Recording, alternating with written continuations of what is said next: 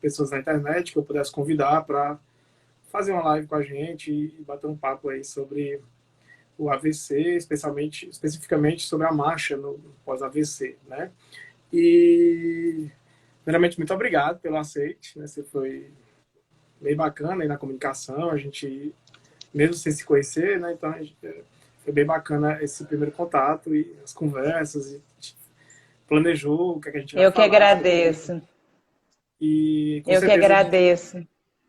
a gente vai discutir bastante agora.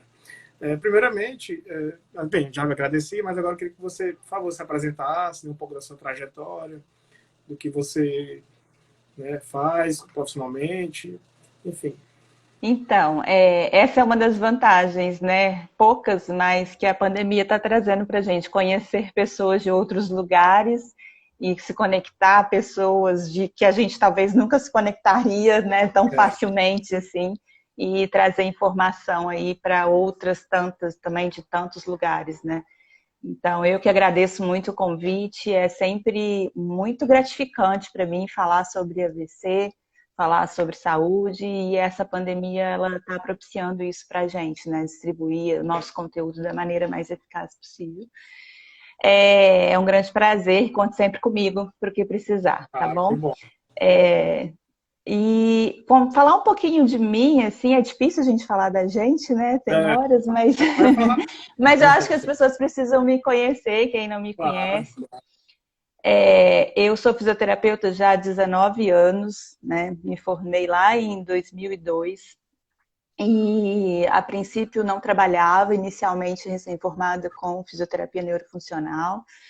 E aos poucos fui meio que sem perceber, indo para esse caminho. Naquela época era muito diferente de hoje, a gente saía da faculdade muito generalista, né? uhum, Então, hoje em dia, o pessoal geralmente já sabe um pouco o que vai fazer quando sai da faculdade. E eu experimentei muita coisa, trabalhei em UTI, fiz pós-graduação em UTI. E quando comecei a trabalhar com neuro, eu falei, é isso que eu gosto. Fiz meu mestrado nessa área de avaliação biomecânica tridimensional de marcha em pacientes com AVC e legal. estudo desde que eu acabei o mestrado em 2008, estudo desde que eu acabei o mestrado sobre isso, e desde que eu me formei eu atendo pacientes com AVC, e há mais ou menos uns 6 anos para cá eu venho percebendo que esse se tornou muito meu propósito, trazer informação para essas pessoas, de tanto que eu via que as pessoas que chegavam até a mim para tratamento, que tiveram AVC, sempre tinham muita falha de informação, de orientação, de entendimento dos seus quadros. E aí eu comecei a perceber o quanto que isso influenciava na recuperação desses pacientes. Fiz formação na parte de saúde integrativa para a gente poder conectar mesmo a questão do sistema emocional, o sistema sensorial, o sistema motor, e para a gente entender o ser humano como um todo mesmo. E Uhum, a partir daí venho focando o meu trabalho principalmente em pacientes com AVC, tanto aqui nas redes sociais, quanto em estudo, quanto em atendimento, e vendo resultados bastante interessantes quando a gente faz essa conexão aí entre esses diversos sistemas. E quando você me chamou para poder falar sobre AVC, foi um grande prazer, porque eu gosto muito de falar sobre isso, isso literalmente se tornou e é hoje o meu propósito, e eu vejo muitas vidas mudando com pequenas, que para a gente são pequenas, mas para essas sim, pessoas são grandes orientações. E gente que às vezes não tem acesso a informação alguma, acesso a atendimento algum, que estão em cidades que não proporcionam isso, infelizmente a gente ainda tem isso no Brasil, e que a gente pode modificar, né, alguma trajetória aí de forma positiva, e aí eu aceitei logo de cara. com E certeza. falar de marcha para mim é uma coisa que me move, assim, me desculpa, mas que me dá literalmente tesão em falar, porque é uma Uhum, coisa que eu gosto. E eu brinco com os meus pacientes que eu faço um trabalho meio que de detetive mesmo, sabe? Para conseguir entender exatamente o que está acontecendo e a gente modificar esses uhum, quadros aí. Então, mais ou menos um pouquinho da minha trajetória desses 19 anos foi mais ou menos isso. E hoje eu estou tendo o maior prazer de focar mais o meu trabalho nesse grupo de pacientes e desenvolver melhor esse trabalho para essas pessoas. Bacana, bacana. Você tá em qual cidade? Esqueci de te perguntar naquele dia. Eu sou de Juiz de Fora, Minas Gerais. Legal. A gente brinca que Juiz de Fora é a esquina do Rio, sabe? Porque é mais É? perto do Rio como capital do que de Belo Horizonte. Aí aqui a gente acha que a gente é carioca, sabe? Olha, entendi. Mas é só brincadeira. É só para Não, você se perfeito. referenciar aí, né? São 180 quilômetros do Rio de Janeiro, uma cidade bem É próxima do próximo. Rio. É bem próximo. Bem, É. a gente fez um roteiro, né? Após a apresentação, a gente agora vai avançar para falar um pouquinho sobre uma pergunta que certamente os pacientes fazem, a família dos pacientes, né?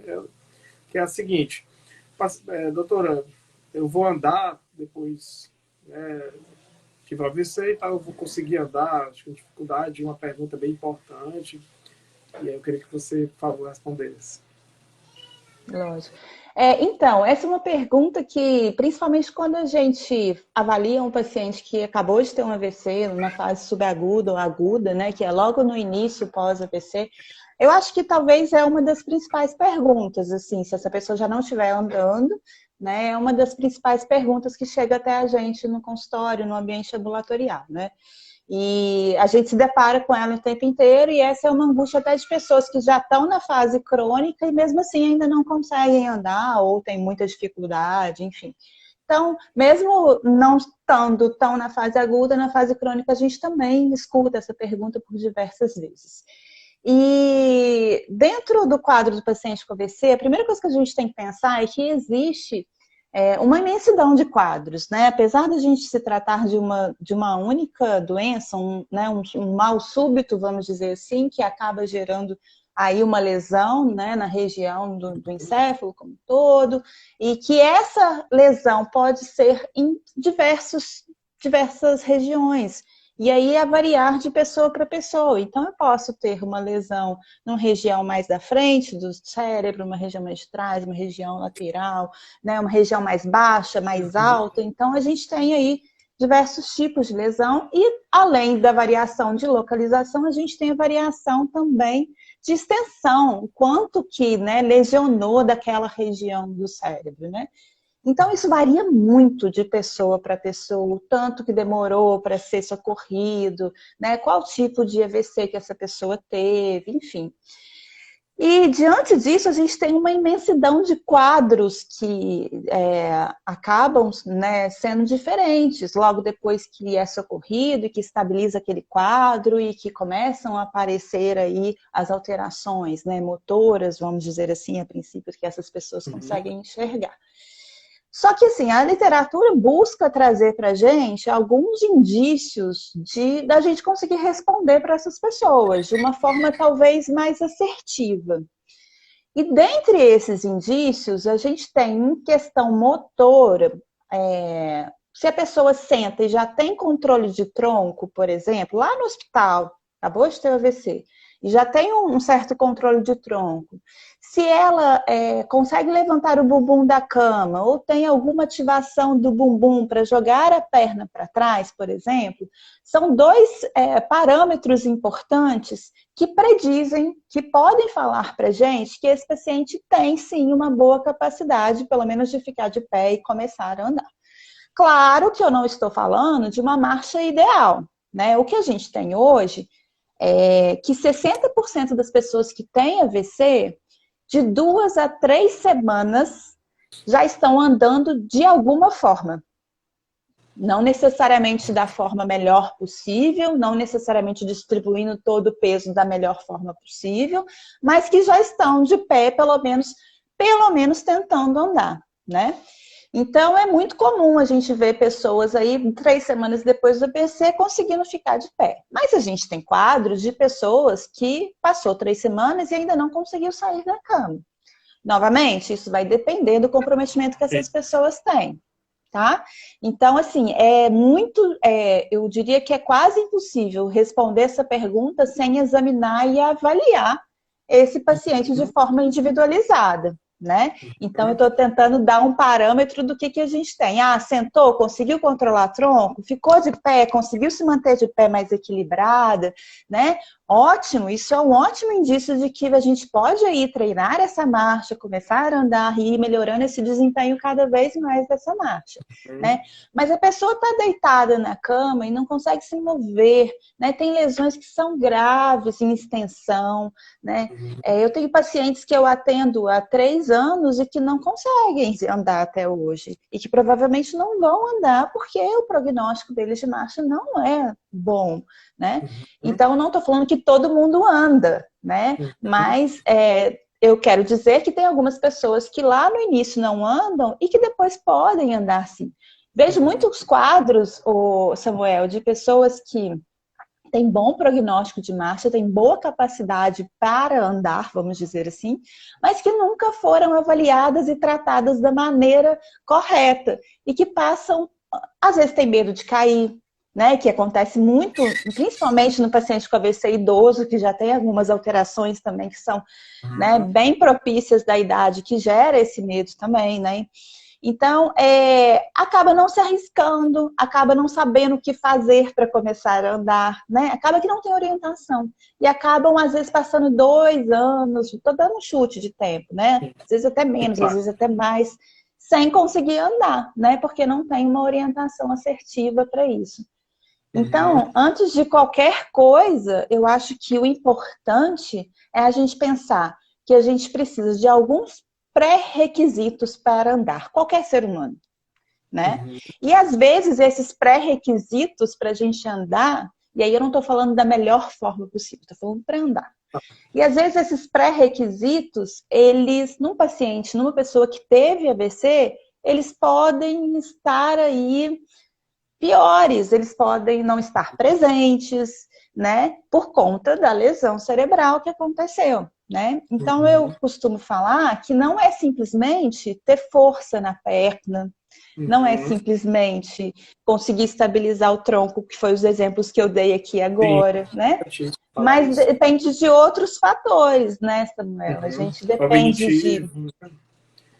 Oi? Cognitivo, assistência familiar, enfim, a gente ficaria aqui o dia inteiro falando situações que podem influenciar. O peso de cada um, obviamente, também é outro desafio, né? Assim, a gente sabe que algumas questões têm um peso maior do que outras, ok? Mas, em geral, ainda há muita lacuna na literatura para essa resposta e talvez a gente nunca vá ter. E aí, como você bem falou, o ideal é individualizar o tratamento e partir para algo onde individualmente se tem uma resposta baseada no que você avaliou, tratou, tentou. Exatamente. Né? E tá baseado em evidência científica, obviamente. Bem, o Padu fez uma pergunta. Eu vou fazer o seguinte, Padu e outras pessoas, por favor, a gente vai responder todas as perguntas no final, tá? Para não perder um pouquinho da linha de raciocínio, mas a gente vai responder no final. Eu vou abrir 10 minutos para isso, tá bom? Obrigado pela compreensão, né? Então, seguindo o nosso roteiro aqui, a gente poderia falar agora quais são os pré-requisitos para a marcha no paciente pós-AVC. Então, a gente tem que pensar basicamente em, vamos dizer assim, por baixo, 3 sistemas que precisam aí estar íntegros e alguns outros que envolvem também essa capacidade de andar.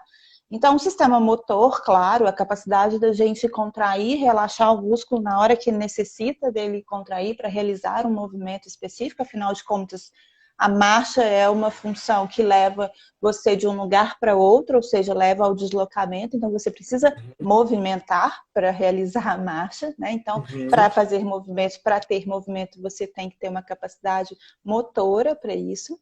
Lembrando que no AVC essa capacidade motora pode estar alterada, não por uma lesão no músculo específico, mas por uma lesão no cérebro, onde manda o comando para esse músculo realizar, executar essa função de contrair e relaxar. Então, se eu tenho uma função no cérebro responsável pelo músculo contrair e relaxar lesionada, essa parte está lesionada, o músculo não vai conseguir ativar da maneira como deveria. Ao mesmo tempo, se eu tiver uma lesão no cérebro numa área cognitiva de planejamento, ou seja, eu estou entendendo que para eu sair do sofá e ir até a cozinha, eu preciso me movimentar. E se essa pessoa tem uma lesão nessa área que não consegue fazer esse planejamento e não consegue entender a intenção do movimento, pode ser uma alteração cognitiva, por exemplo, ela não vai ver o porquê de se levantar. E às vezes ela não tem alteração motora, né, no sistema motor especificamente, mas ela não tem essa intenção e ela não sabe o porquê, ela não consegue planejar esse movimento. Então, acaba não movimentando também, né? E aí já envolve o sistema que a gente chama de sistema cognitivo, né? A questão emocional também, né? Influencia muito. Tem muitas pessoas que têm a parte motor, os músculos lá com força, que têm esse planejamento, que conseguem entender, mas tiveram uma lesão numa área responsável pelo controle emocional, né? A parte emocional. E aí elas morrem de medo de se arriscar, de se desafiar e literalmente travam e não conseguem realizar o movimento. Isso é muito típico quando você fica do lado de uma pessoa que tem uma característica exclusivamente de uma alteração emocional e você dá segurança para essa pessoa, ela começa a andar, de repente, né? Assim, então, claro que é muito difícil a gente ter uma alteração num sistema somente, né? Pode acontecer? Pode. Mas o que a gente vê? Normalmente, a gente tem alterações nesses sistemas em conjunto. E para fechar, eu diria o sistema sensorial, né? Tudo que a gente faz de movimento, a gente tem que sentir, a gente tem que perceber, né? Eu brinco que se você não está sentindo que o seu pé está conseguindo apoiar no chão, então você não vai conseguir transferir o peso para o seu pé da forma mais adequada. Se você não percebe onde o seu corpo está se posicionando no espaço, você não vai se movimentar também da forma mais adequada e você acaba negligenciando aquele lado que está sem sensação, que está sem percepção. Então, isso também é uma alteração no que a gente chama de sistema sensorial, que também vai influenciar no desempenho da marcha. E a gente pode ter o conjunto de alterações em todos esses sistemas juntos, ou às vezes em dois, três, né, um só. Então, é necessário, novamente, né, parece que é meio, né, clichê, necessário novamente avaliar individualmente, identificar essa história, identificar essa área de lesão do AVC que aconteceu lá no cérebro, entender exatamente cada quadro, para poder saber, olha, ele não faz, ele não anda, ele não dá o passo correto, porque falta algum músculo, porque falta algum planejamento, porque falta alguma segurança, ou porque não sente, não percebe aquele meio. Todos esses fatores são importantíssimos de serem avaliados e entendidos para depois a gente traçar aí um tratamento mais adequado para esses Tem doença pacientes. associada, né? A gente sabe que o paciente com diabetes tem um risco de AVC aumentado e é um paciente que tem menor capacidade de gerar força por vários fatores. Então, né? Exatamente. Então, assim, tudo de fato influencia. Às vezes o paciente também pode ter ficado acamado lá 1, 2, 3 meses. E aí o paciente que perdeu muita função, né? O paciente que teve uma queda da capacidade intrínseca importante, e isso certamente também compromete o retorno nas diferentes requisitos que você muito bem colocou, né? Por vezes também o paciente tem, por exemplo, um Alzheimer leve ou moderado, tem uma marcha ruim também, praticamente não consegue andar, e aí você desafia a identificar a história do ovo da galinha, né? Qual dos dois né, que tem, ou se nesse caso específico é os dois. E aí entra um bocado de situação. Eu tenho visto recentemente pacientes que têm comprometimento cognitivo, tem o uso de alguns aplicativos que você pode melhorar a saúde mental, essa parte da própria cognição, especialmente quando se realiza depois, no momento oportuno, exercício de dupla tarefa. Né? Você pode trazer também esse benefício motor e cognitivo, mas pode prosseguir. Então, mas além disso também a gente tem que pensar, tudo que você falou, claro, influencia sim nesse desempenho. E assim, eu vejo muito também, é como se fosse a memória motora também, quando a gente pensa em termos motores, que esse paciente tem Então, a gente vê, infelizmente, cada dia pessoas mais novas tendo AVC, né? Então, é uma doença que acomete muito a sua grande maioria de pessoas idosas, mas hoje em dia já não é mais uma doença só de idoso, né? Então, a gente vê a diferença, assim, da recuperação, né, em termos de tempo mesmo, de uma pessoa idosa para uma pessoa mais jovem, né? Porque geralmente, claro que isso não é regra, né? Mas geralmente a gente tem pessoas jovens mais ativas, tem uma memória motora ali de, às vezes, de atividade física, pessoas que têm um histórico de atividade física logo antes que teve AVC e que a gente consegue ali ter uma melhora, não tem comorbidades, pessoas que tiveram AVC, por exemplo, por dissecção de artéria, né? Geralmente não tem fator de risco associado, então não é diabético, não é hipertenso, e essas comorbidades, elas atrapalham muito no que você falou, por exemplo, da diabetes, né? Da capacidade de contração muscular, né? Da capacidade de entendimento do movimento, né? Então a gente vê muito isso também, né? O histórico que você falou, o pré-AVC, como que a pessoa era antes do AVC, né? Influenciando no tratamento, né? Na recuperação funcional dessas pessoas aí pós-AVC. E uma outra coisa também que eu queria falar, que às vezes tem pessoas que têm AVC que se estabilizam rápido e que conseguem melhorar o quadro. Às vezes hoje em dia passa por trombectomia mecânica e às vezes quase não fica com sequelas. Tem muitas pessoas que têm mínimas sequelas pós-AVC hoje em dia.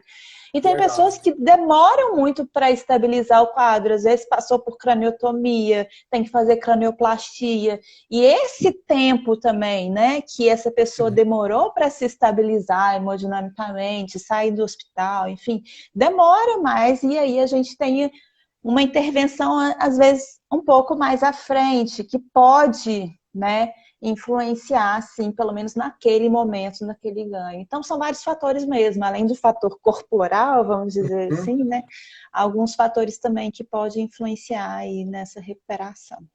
Mas que bom, o avanço das tecnologias cirúrgicas, né, tem, de fato, ajudado bastante aí o pós, né, o pós-AVC, e especialmente com novas perspectivas que têm surgido aí em pesquisa que você às vezes nem acredita que aquilo ali pode ser possível, e a ciência tem mostrado que sim, é possível, como já muita coisa já avançou, certamente desde que começou, 19 anos para cá, em diferentes frentes, não só... Nossa, é muito diferente. Recentemente, a gente teve a incorporação, né, da trombectomia mecânica ao SUS, né? Então, ainda claro que para isso tornar realidade qualquer hospital público ter lá a trombectomia acontecendo, é um caminho, né? Não é assim de uma hora para outra, principalmente visto a situação que a gente está de saúde hoje, né, no mundo inteiro. Mas isso já é um avanço e um ganho assim, tremendo. E estudo brasileiro, né? Isso é mais legal ainda, né?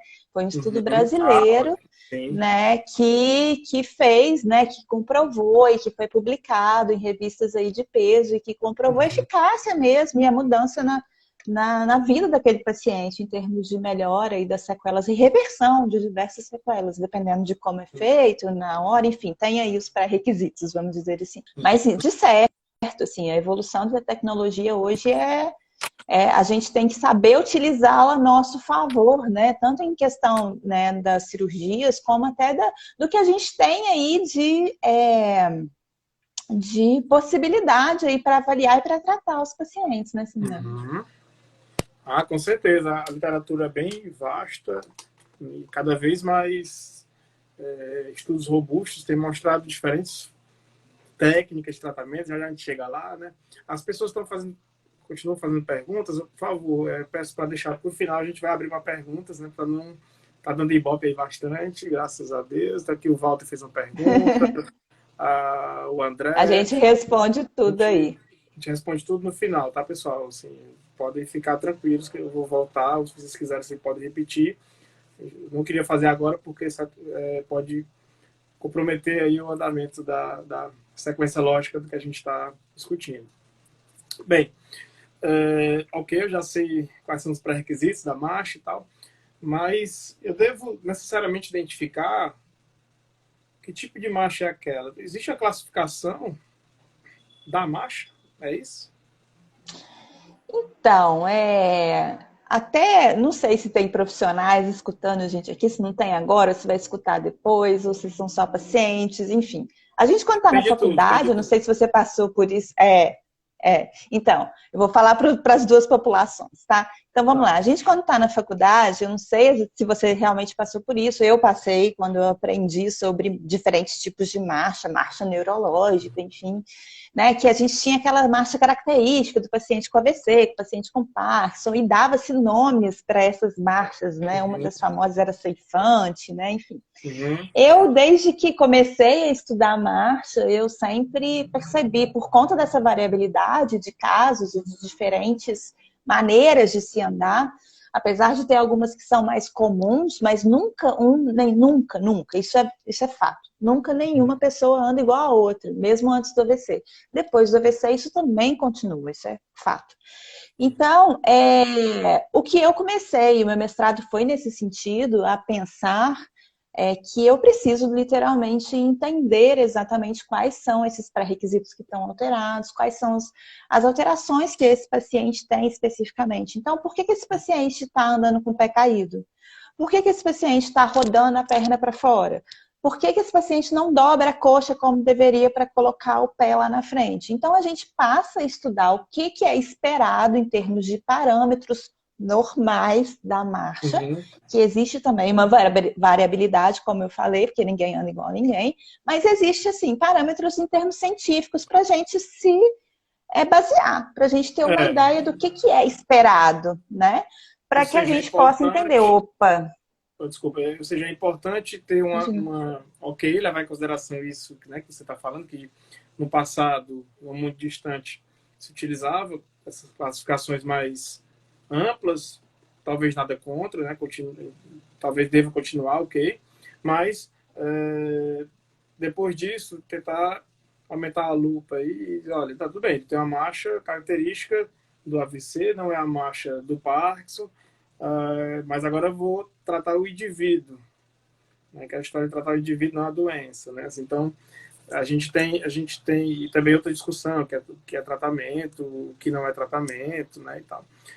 São nomenclaturas que chegam para a gente estar tá discutindo e, baseado nisso, tomar melhor, ter a melhor tomada de decisão.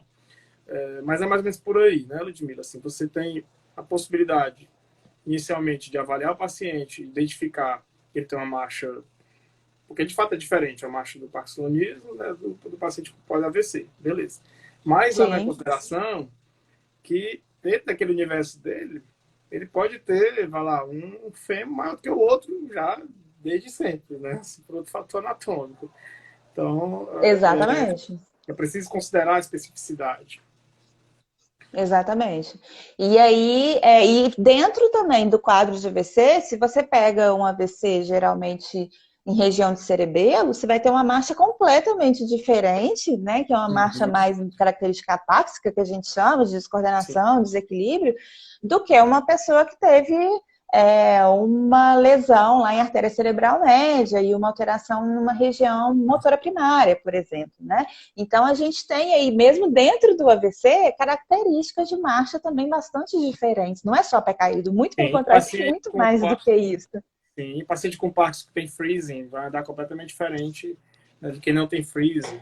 Paciente com Parkinson Exatamente. né, rígido, acinético, totalmente diferente do paciente com tremor. Então, de fato, o Sim, universo. Acho que também essas classificações mais antigas, elas foram importantes, talvez, como falei, ainda seja, mas que seja um pontapé inicial aí para algo mais aprofundado na prática clínica, né? exatamente. Não dá para a gente utilizar só essas classificações para levar isso para a prática clínica. Talvez seja uma ótima para o início do entendimento daquela pessoa que está lá na graduação e que nunca teve contato nenhum com isso, né? Isso, E aí isso. a gente tem que explorar isso um pouco mais, né? Na hora que o paciente Uhum. chega até a gente, né?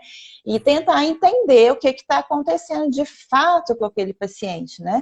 Então, hoje a gente tem aí recursos, né, tecnológicos que a gente estava falando anteriormente para isso. Então, a gente tem como avaliar tridimensionalmente uma marcha, por exemplo, e conseguir Uhum. entender exatamente o quanto que o joelho está dobrando, o quanto que aquele pé está levantando, o quanto que aquele quadril está levantando, aquela coxa está subindo, aquele bumbum está ativando na hora que tem que ativar, né? Está contraindo na hora que tem que contrair.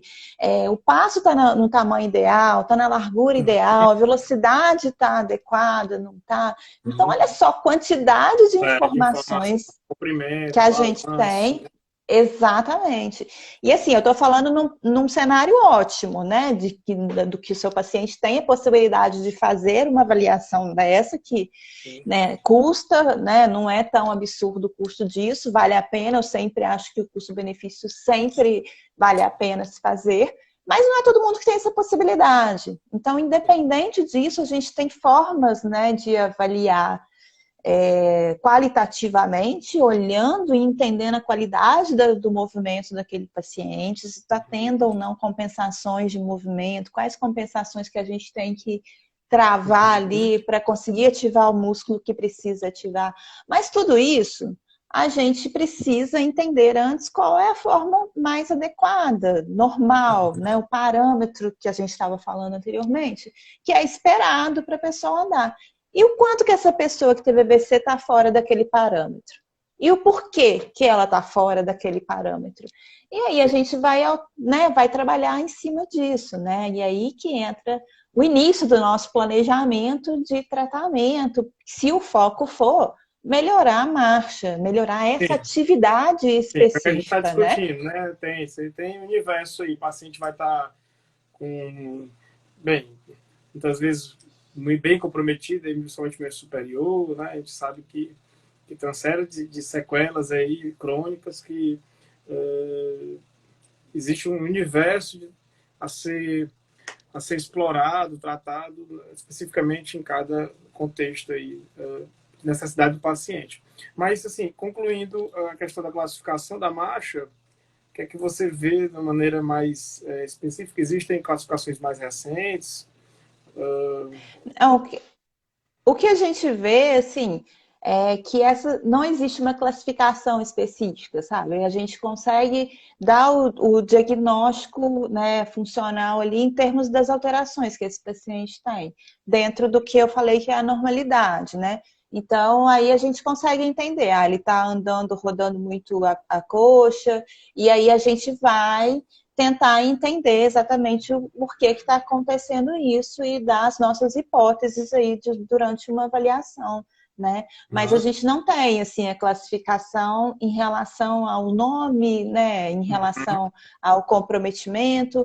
O que a gente sabe é que se aqueles quanto maior as alterações em cada um daqueles pré-requisitos que a gente estava conversando hoje, anteriormente, maior vai ser as alterações que esse paciente vai ter para andar. Então, se além da questão motora ele tem medo de cair e a gente tem avaliações para verificar isso, então, assim, a gente vai ter que trabalhar mais coisas para conseguir colocar esse paciente de pé andando, né? Legal. Então, a gente não tem uma classificação específica, mas a gente tem um parâmetro de normalidade da biomecânico, né? E a questão também das alterações aí de equilíbrio, um paciente que não consegue ficar equilibrado de pé, nem começando a andar, mas está de pé e não consegue nem se equilibrar de pé, provavelmente na hora que ele andar, ele vai também ter algum desequilíbrio, né? Legal. Seguindo a linha de raciocínio, né, a gente vai, obviamente, entrar agora na avaliação. Como avaliar esse paciente depois do AVC, né, especificamente na marcha que a gente está abordando, né? Então, como avaliar esse paciente? Você já adiantou um pouco sobre a questão da avaliação tridimensional.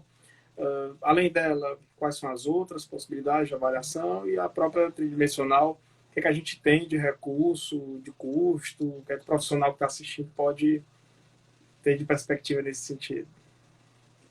Sim. A cidade que eu moro não é capital, né? É uma cidade de porte médio, vamos dizer assim, e aqui a gente tem um laboratório que pode fazer essa análise. Talvez não é toda a cidade que você encontre, você como paciente ou como, né, profissional encontre, para poder fazer, mas isso já vem crescendo pelo Brasil, já conversando com as pessoas que trabalham somente com isso. eles comentaram isso comigo até semana passada, que tem cada vez mais pessoas abrindo uma clínica só de avaliação mesmo, né, de movimento, né? E aí não é só de marcha, qualquer tipo de movimento, né? Sim. Então você precisa ter um sistema para avaliar, um sistema de câmera, de sensores de movimento, enfim, é um exame, né? Igual um exame que você faz de imagem, que a gente está tão acostumado, aí é um exame também que se faz e que dá um laudo. E aí você, discutindo com o fisioterapeuta que faz, você consegue entender as hipóteses daqueles problemas que você está conseguindo visualizar ali naquele exame. Aqui na minha cidade Utiliza o Kinect, o Kinect, né? Não. Na verdade, o que eles têm aqui, eu não sei exatamente qual que é a marca e tudo, mas é um sistema de sensores de movimento, não é o Kinect, não. É próprio para isso mesmo. E aí você pode ter a plataforma de força também, para dar o tanto de força que você está colocando no solo, enfim, as questões também de força muscular, né, que pode ser avaliado aí. Então, assim, eu já vi passando em torno de 300 até 800 reais, dependendo cada exame desse, dependendo da sua cidade, dependendo do tipo de avaliação que você faz, né? Então, quanto mais você avalia o movimento, mais custo vai ficar é como se fosse uma ressonância. Você faz a ressonância só da cervical, é um custo. Você faz a cervical da lombar, na torácica, é outro custo. Legal a analogia. Mas eu acho que é viável, sabe? Assim, não é... Pode ser caro para muitas pessoas, mas o que ele traz de possibilidades para a gente, de interpretação, e além disso, Samuel, uma coisa muito importante dentro do paciente, com atendimento de paciente neurológico, é a gente conseguir estabelecer metas, que sejam metas viáveis, que sejam metas desafiadoras, que sejam metas que a gente possa quantificar e qualificar da melhor forma possível, para o paciente perceber que ele pode sim melhorar. E que ele está melhorando, né? Porque na neuro tem muito aquele fantasma de que o paciente neurológico nunca melhora, né? Você já deve ter ouvido falar isso com certeza. Então, assim, esse é um tipo de exame que traz em números, que traz em graus, que traz em quantidade de força que a gente pode estar... agora você está assim, a gente vai traçar esse planejamento para você ficar de tal jeito. Então, traz... né, números exatos para isso. Isso é bom para o paciente entender.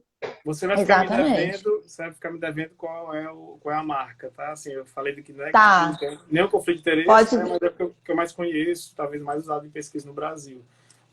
Mas você vai ficar me devendo, tá bom? Pode deixar. E outras questões quanto à avaliação? Então, aí a gente tem, se não for possível, né, assim, essa avaliação mais detalhada, e mesmo se fizer essa avaliação, a gente precisa avaliar outras coisas, né? Então, a gente precisa avaliar a questão sensorial, a gente precisa avaliar a questão perceptual, a gente precisa avaliar o medo de queda, a gente precisa... E a gente tem aí já escalas bem definidas para a gente realizar essas avaliações, né? Então, a gente tem, por exemplo, o Time Up and Go, que é um teste muito simples, simplório, fácil de ser feito, e que pode dar um parâmetro de velocidade da marcha nesse paciente, né? Então, fui lá, pedi para... Né? Terapia Go tem várias vertentes. Exatamente. É muito utilizado em idoso também, né? E hoje em dia então, existe aplicativo que você pode colocar, o paciente faz e traz parâmetros cinemáticos aí importantes, né? Exatamente. E é uma coisa que dá para ser feito, tranquilo, e que te dá aí um parâmetro de quanto, né, que esse paciente quanto tempo que ele está gastando para ir de um ponto a outro, né? E você aí tenta melhorar isso. Avaliar o paciente passar de sentado para de pé, e tentar identificar a qualidade daquele movimento, ele consegue descarregar o peso ou não. Eu tenho, assim, às vezes, alguma avaliação simplória, que é só você colocar uma balança do lado da outra e identificar se você está dividindo o peso de forma igual para os dois membros. Claro que tem muita coisa além disso. Mas, assim, já dá ali para o paciente uma ideia se ele está jogando peso ou não. E aí a gente tem as escalas, né? As escalas de avaliação. A gente tem o Sim, POMA, a gente Berg, tem né? outros tipos de escala, o Berg, que mede o equilíbrio dinâmico, o equilíbrio estático, né? Então a marcha é uma forma dinâmica de movimento. Então Sim. nessas escalas a gente consegue avaliar aí, né, o quesito marcha, vamos dizer assim. Uhum. Então, Vale são lembrar escalas que que não. Berg, perdão, vale lembrar que Berg é validado no Brasil, né? E também para diferentes populações, AVC, Parkinson, as doenças neurológicas em geral, várias delas já é validado. Perdão, pode Sim, continuar. sim, é validado e é de fácil aplicação, né? Então, você É. pode fazer lá com o seu paciente, tem parâmetros importantes Uhum. aí, né? E bem sensível, já mostrou nesses pacientes com AVC também. Algumas dessas escalas são melhor aproveitadas em fases diferentes, né? Então, às Uhum. vezes na fase aguda, subaguda ou crônica, a gente deve priorizar uma ou outra escala, mas aí precisa se avaliar cada quadro e entender qual que é o melhor instrumento naquele momento para ser utilizado com aquela pessoa especificamente, né? Mas a gente tem aí uma quantidade importante aí de instrumentos para ajudar nessa avaliação aí desse equilíbrio dinâmico, né, da mobilidade, enfim. Então, esses Até são mesmo alguns tipos porque, de avaliação que a gente pode fazer. essas variáveis se correlacionam, os pacientes melhoram Berg, às vezes a marcha não está tão bem, tá? Mas melhora a escala de Berg, você tem um parâmetro para mostrar, olha, você melhorou o Berg, certamente, mesmo paciente se aplicado eficácia, medo de queda, né, o questionário de medo de queda, vai também melhorar. Então, tem diferentes possibilidades de melhora e a avaliação serve também, não só para tomar de decisão, mas também para caráter motivacional do paciente a seguir firme aí com o tempo de tratamento, né? E muitas vezes até subjetivo dele, assim, às vezes você nem aplica nenhum questionário que a gente usa muitas vezes em pesquisa, obviamente, mas na prática clínica o paciente relata melhora, né? Diz, olha, antes eu não conseguia fazer tal atividade, hoje eu consigo, ou então não fazia com tanta competência, hoje eu consigo, né? Você, Sim. bem, só para terminar a parte da avaliação, para a gente entrar no treinamento em si, como é que você vê as novas tecnologias de baixo custo, né? Se eu sou meio que viciado em aplicativo e tal, e aí essa pergunta já é minha, assim, de antemão. Eu não entendi o que você falou, cortou na hora que você me perguntou. Perdão, o uso de aplicativos. Então, a gente tem aí eu utilizo alguns aplicativos a depender do paciente, porque tem alguns pacientes que são mais, né, aderentes a isso, a tecnologia, e tem outros pacientes que ainda não são tão aderentes a isso. Então, a gente tem aí esses aplicativos para poder medir aí, né, a velocidade, a distância que você está andando, o número de passos que você está dando. Então, é uma ótima possibilidade para você estimular esse paciente a entender o que está acontecendo durante o momento que ele não está na terapêutica ali com você no ambiente ambulatorial, né? Então, aplicativos também, por exemplo, no Parkinson, né? A gente utiliza muito, né? Aquele aplicativo que dá o som, eu não sei exatamente o Sim, nome, de que pista dá o... auditiva.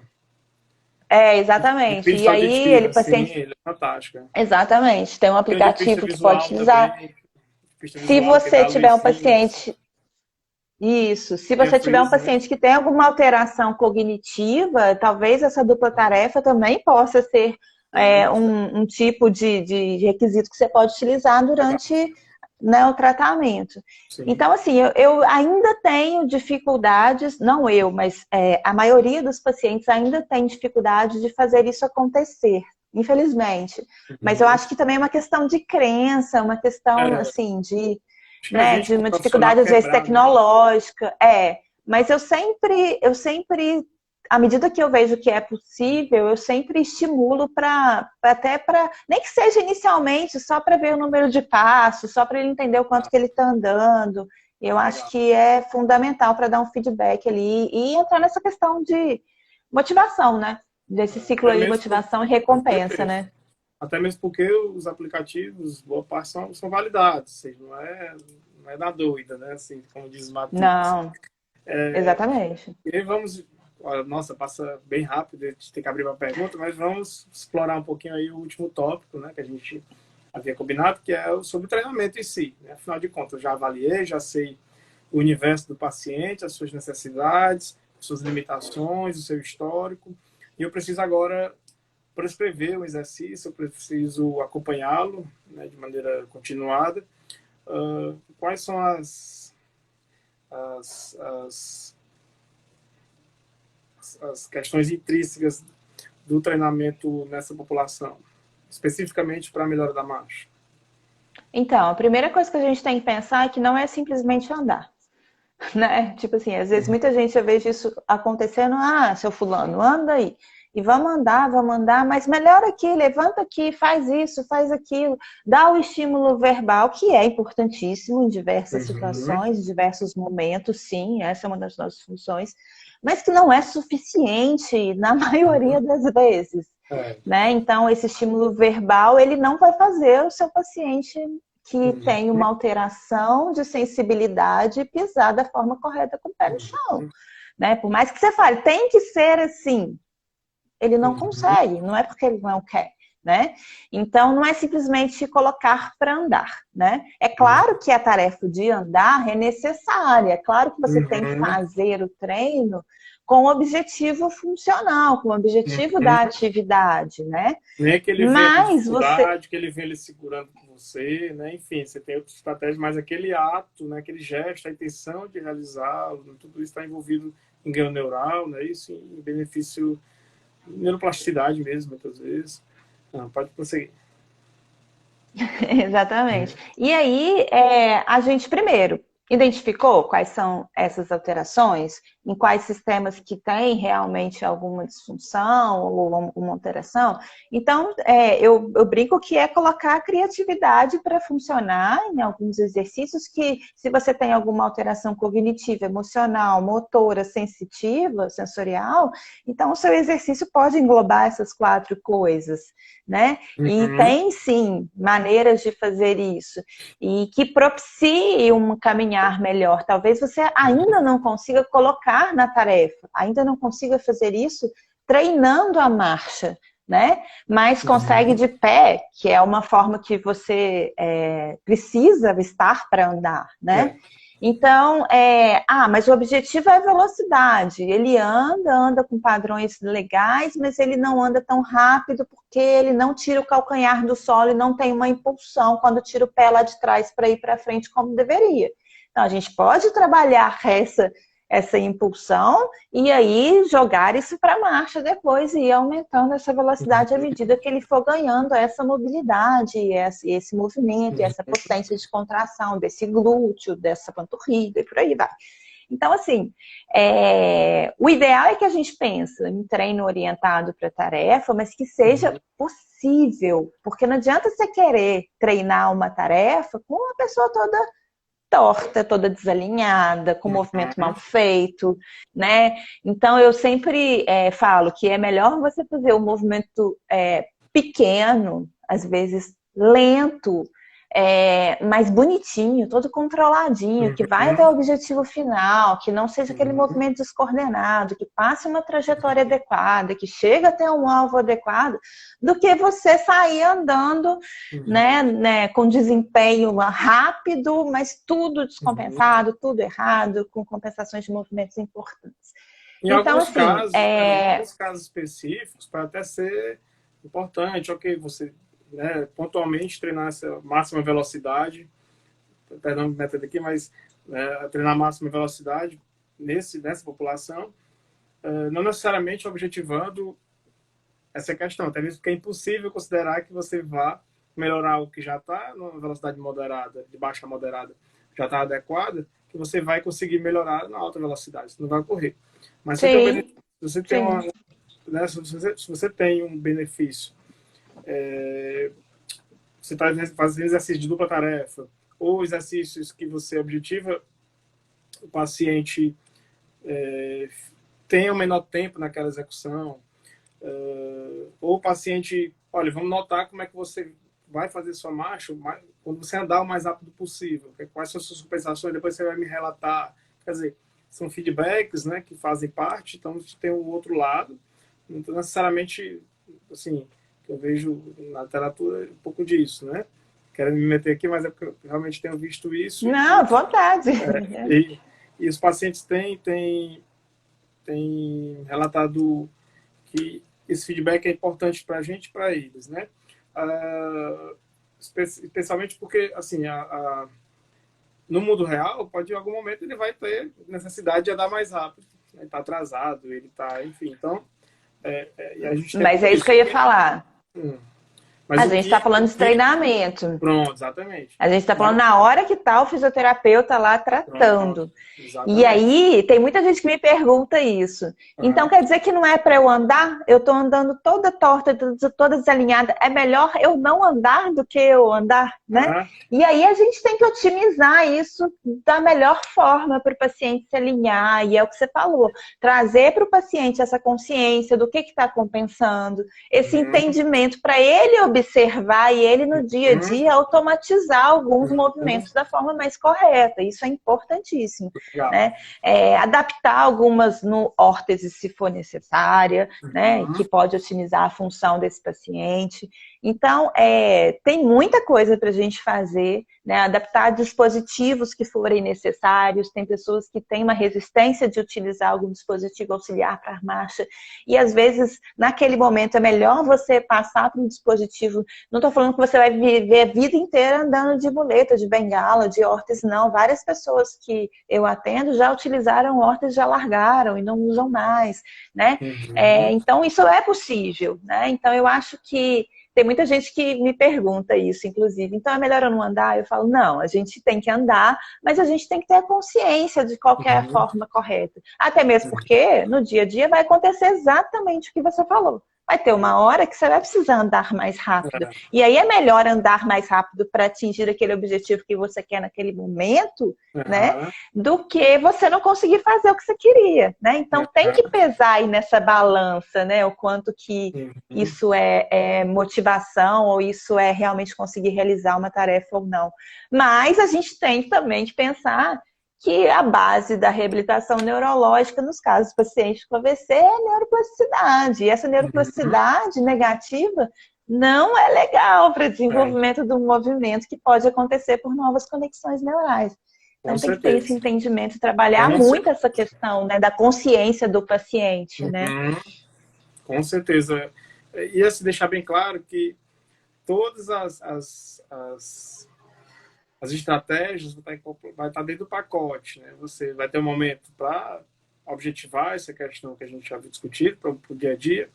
Vai ter um momento que a gente vai, não, que aí sim, para a questão de neuroplasticidade específica da doença, a gente vai separar e dizer, não, agora a gente vai focar realmente nessa melhora, você está puxando muito a perna para fora e tal, e aí que você filma, mostra, dá o feedback, ele tem aquela consciência de que de fato é aquilo, e aí pode ser pela força, pode não ser pela força, pode ser questão de comando, né? Pode ser outros fatores como a gente já discutiu. Bem, passou realmente voando, a gente está bem no final. Eu vou. Boa, né? Que bom, né? Eu vou voltar um Que pouquinho bom. aqui para fazer. As pessoas podem fazer perguntas, por favor, mas de qualquer maneira podem refazê-las, né? Eu vou retornar aqui. A primeira que eu lembro está aqui é do Padu Fonseca. Espero que ele esteja aí. Ele disse que o filho dele tem crânio. Já estou péssimo, tenho que comprar um óculos, viu? Cacalapademia vanoftalmo. Crânio faringioma e fez a cirurgia para drenar o tumor. O médico disse que não houve lesão, porém apresenta hemiparesia, principalmente no braço. O que devo esperar para a sua recuperação? Ele tem 9 anos. Então, a hemiparesia é uma dificuldade do movimento de metade do corpo, né? E provavelmente, se ele não tinha essa hemiparesia antes e aconteceu depois da cirurgia, provavelmente aconteceu alguma lesão cerebral. Não posso afirmar, porque eu não estou vendo exames, enfim, é muito difícil afirmar isso. Novamente, o que deve esperar da recuperação depende de como que foi essa lesão, A gente está falando de outra doença que não é o AVC, mas que existe, estou partindo desse pressuposto, uma lesão cerebral que levou um déficit, um comprometimento aí desse movimento. Então, precisa entender, tá, Padu, como é que é, assim, a extensão dessa lesão. E se eu fosse você, eu tentaria pegar uma outra opinião, talvez de um outro médico, investigar isso talvez mais a fundo, Uhum. para que possa entender aí o tamanho dessa lesão e comprometimento também na questão motora, né? E na questão da própria fisioterapia. Então, passa por uma avaliação fisioterapêutica para poder entender realmente quais são essas alterações. Hemiparesia, assim como eu falei no AVC, é um quadro imenso, assim, tem várias Universo. pessoas que têm hemiparesia e de formas completamente diferentes, entendeu? Uhum. Então, assim, de qualquer maneira, a gente não está falando em plegia, que é a paralisia total. Então, uma vez que você já tem ativação, ou seja, a diminuição do movimento e não a perda total, a gente consegue ativar esses músculos de alguma forma, trabalhando de forma assertiva, direcionada, planejada. Então, mas um fisioterapeuta que for avaliar mais especificamente, ele vai poder te dar esse parecer com mais Uhum. certeza do que eu aqui agora. O Walter, ele pede o seguinte: eu tive AVC, só afetou a fala. Tem 4 meses que ele faz fono e tal, mas ele anda muito esquecido o que deve fazer.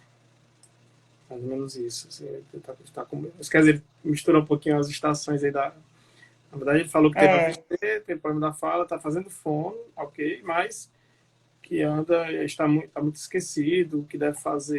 eu acho que você deveria passar por uma avaliação neuropsicológica para ter certeza que não É tem isso. alguma alteração nessa questão, né, do esquecimento, de memória e um neuropsicólogo poderia te dar esse feedback aí melhor, Ótimo falar né? disso, porque o neuropsicólogo é o profissional habilitado para aplicar testes onde ele vai ter essa resposta e aí o melhor caminhamento do Exatamente. tratamento, né? Aí você pode saber se é da lesão mesmo, ele vai te dar esse parecer nesse sentido, né? E te orientar da melhor forma aí.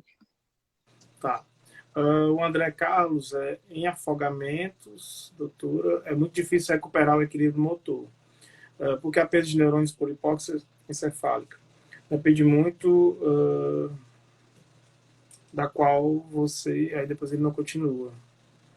É.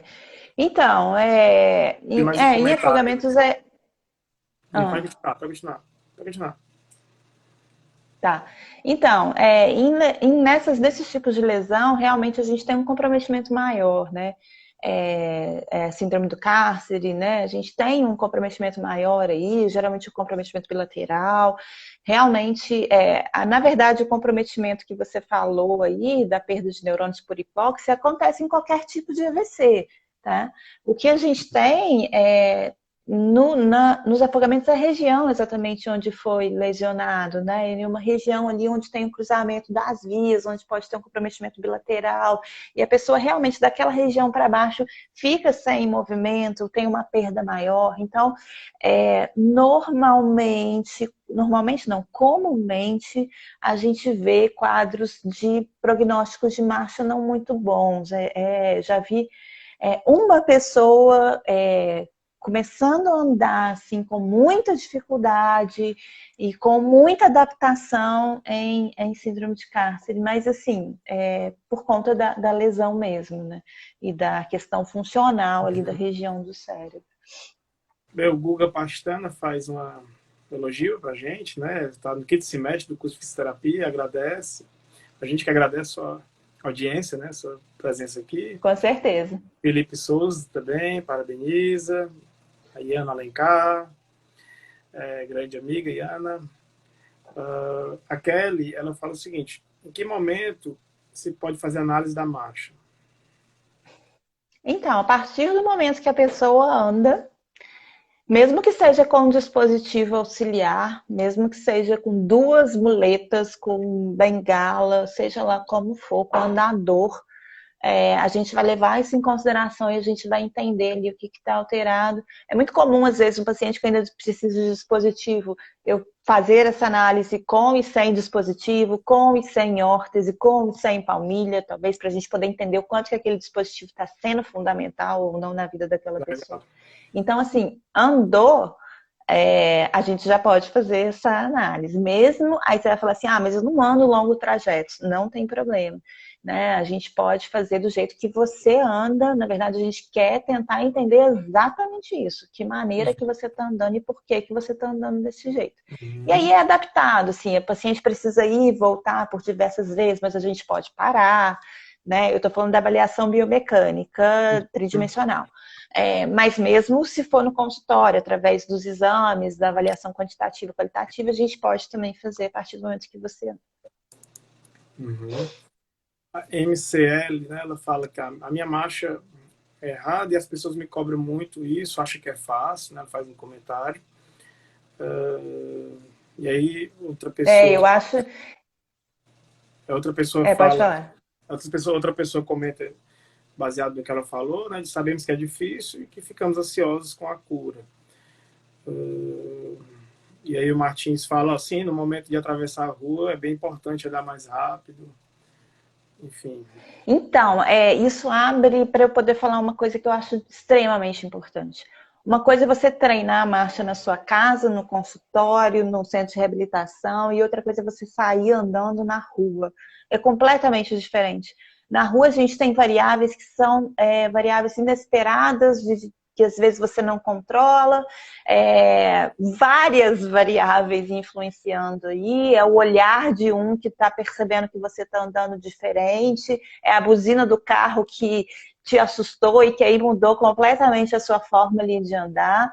Então, é necessário pensar nessa interseção, vamos dizer assim, nessa adaptação do consultório, do ambulatório, da sua casa para a rua. E isso precisa ser feito com um profissional. Eu faço isso com os meus pacientes, eu tenho um profissional de educação física que treina isso com os pacientes, a caminhada na rua e que vai orientar da melhor maneira possível isso. Legal. E se eu precisar, eu vou até a rua com esses pacientes para fazer essa transição. Isso precisa ser treinado. Então, assim, e outra coisa, assim, se todo mundo, né, acha que a MCL falou que o pessoal acha que é fácil, cobra muito por isso. Eu acho que você não tem. Eu sempre falo isso com as pessoas que me seguem. Não se preocupa com o que os outros estão pensando, estão falando, entendeu? Então, vê a sua dificuldade, vai atrás de melhorar isso, esteja bem para que você consiga trabalhar isso da melhor forma possível. E assim, fácil não é. As pessoas também não conhecem, né? Assim, você deve relevar tudo isso.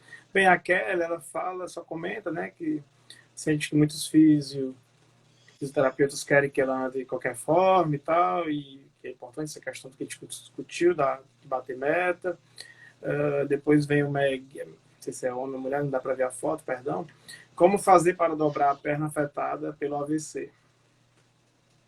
Então, tem que entender por que a sua perna, eu não sei se você quis dizer a perna ou a coxa, mas eu vou levar em consideração a perna, que é dobrar o joelho para trás, vamos dizer assim, dobrar o joelho levando o pé para trás. Isso provavelmente você não está conseguindo fazer, não sei se é por conta disso, mas é comum as pessoas talvez não conseguirem dobrar por conta do que a gente chama de espasticidade, que é um aumento do tônus muscular, que geralmente na pessoa que tem AVC, ele é extensor no membro inferior. Ou seja, automaticamente você vai tender a estender o joelho, estender o quadril, esticar mesmo e deixar o pé para baixo por conta desse aumento do tônus extensor. Não é só isso que pode gerar essa dificuldade de dobrar a perna. Tá? Então, assim, a gente tem que pensar em vários fatores que podem influenciar nesse aumento do tônus, e aí a gente tem que pensar no emocional, a gente tem que pensar na dor, se eu tiver com dor, esse tônus vai aumentar cada vez mais, a gente tem que pensar em processos infecciosos que estiver ativos no seu corpo, processos inflamatórios, vai aumentar o tônus muscular, a gente tem que pensar numa alimentação adequada, a gente tem que pensar no posicionamento adequado. Ele é tão multifatorial, né? E a gente tem que pensar também em alterações que tinham prévias do próprio músculo, que você pode ter tido aí uma artrose, alguma coisa assim, que pode também influenciar no aumento desse tônus.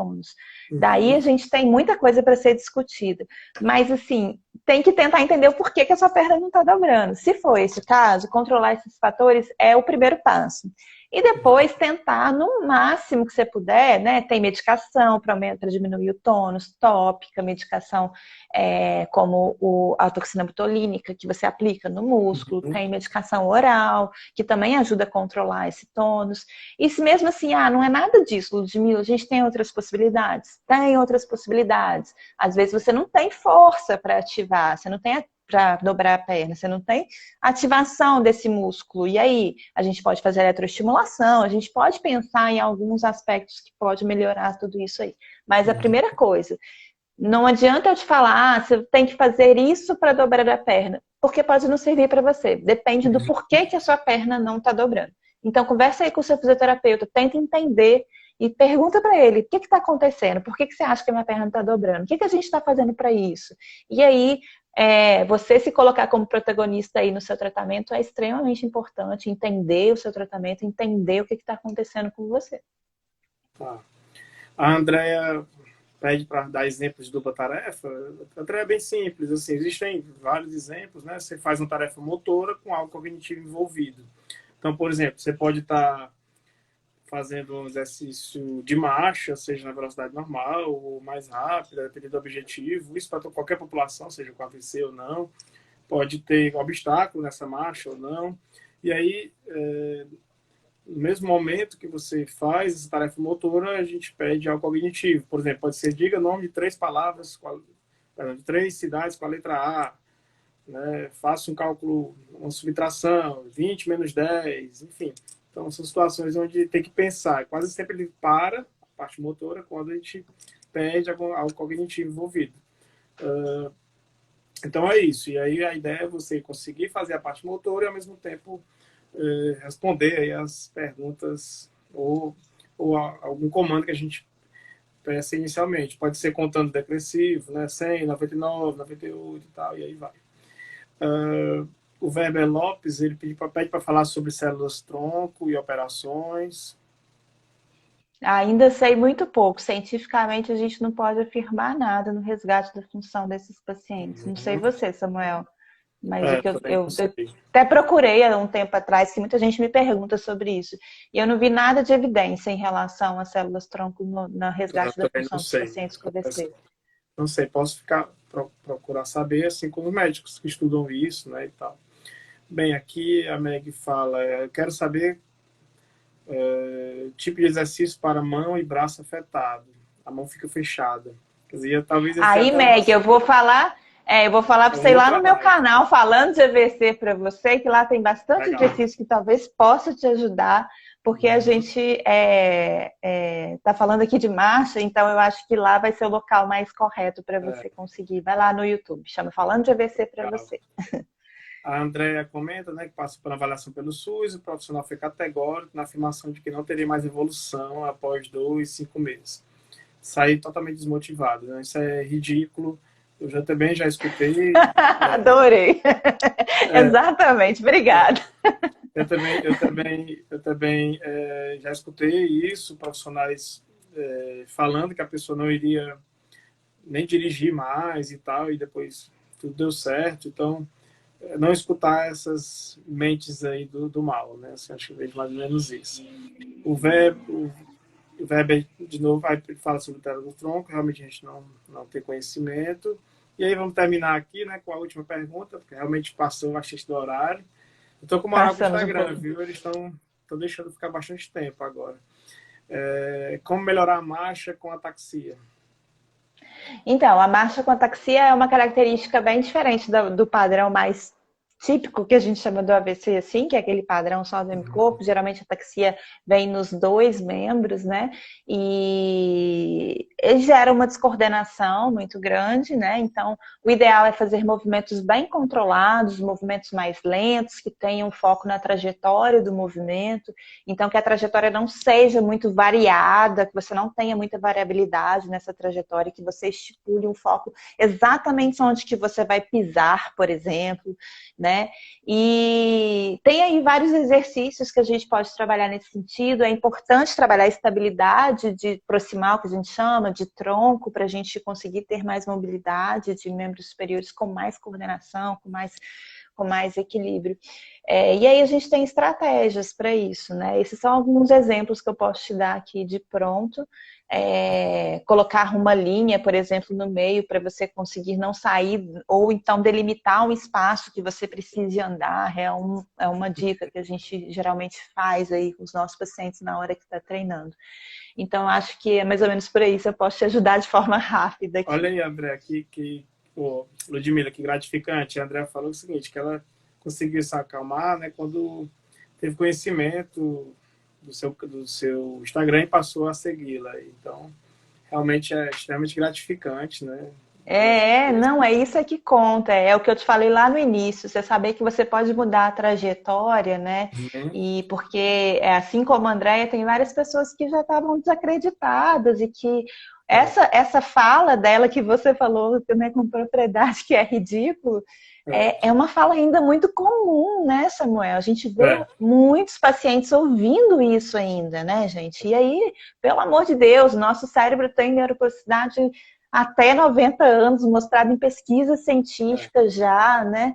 Então, assim, a gente precisa saber como trabalhar, ser orientado, ter um bom profissional, buscar informação, né? Só de vocês estarem aqui agora, essa hora da noite, quase 10 horas, escutando a gente falar, né? Já traz aí mais conhecimento, mais bagagem, né? Pois é, Ludmila, muito obrigado, né, Eu que agradeço. pela sua disponibilidade, pelas explicações, realmente foi muito rico.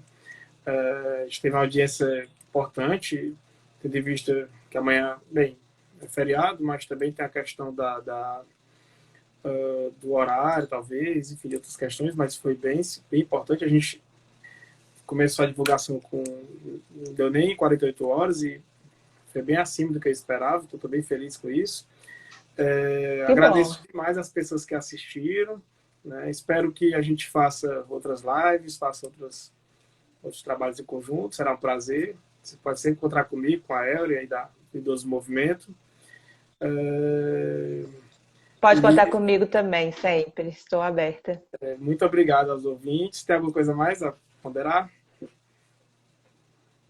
Não, eu só queria agradecer mesmo, pode contar comigo aí o que você precisar e agradecer a todo mundo que está aqui até essas horas para escutar a gente falando, né? Muito obrigada, gente. Boa noite para todos. Tá, boa noite, pessoal. Boa noite.